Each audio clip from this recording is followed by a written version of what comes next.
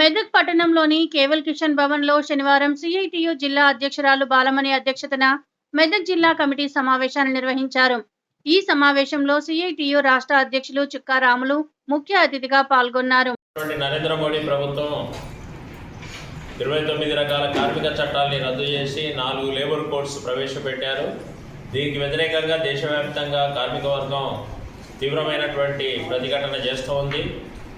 మే 20 తారీఖు నాడు అఖిల భారత సమ్మెకు పిలుపు కూడా ఇచ్చింది.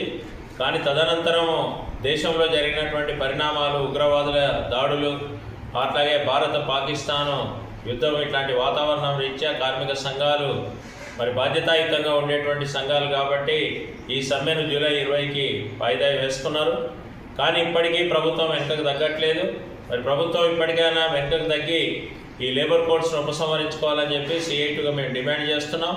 ప్రభుత్వం కనుక వీటిని ఉపసంహరించకపోతే మొత్తం కార్మిక వర్గం ఈరోజు అన్ని ట్రేడ్ యూనియన్ల ఆధ్వర్యంలో జూలై 9వ తారీఖు నాడు అఖిల భారత సమ్మెను జయప్రదం చేయాలని చెప్పి మేము కార్మిక వర్గానికి పిలిపిస్తున్నాం.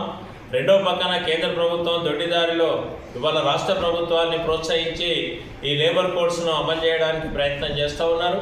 ఇప్పటికే కర్ణాటక రాష్ట్రంలో ఆ రకంగా పని గంటలు పెంచుతూ మహిళల్ని రాత్రి షిఫ్ట్లలో కూడా పనిచేయాలని చెప్పి చట్టాలు తీసుకొచ్చారు. ఇప్పుడు ఆంధ్రప్రదేశ్ ప్రభుత్వం కూడా అదే దారిలో ప్రయాణం చేస్తూ ఉంది. అందుకే మనం తెలంగాణ రాష్ట్రంలో ఉండేటువంటి కార్మిక వర్గం కూడా అప్రమత్తంగా ఉండాల్సినటువంటి అవసరం ఉంది.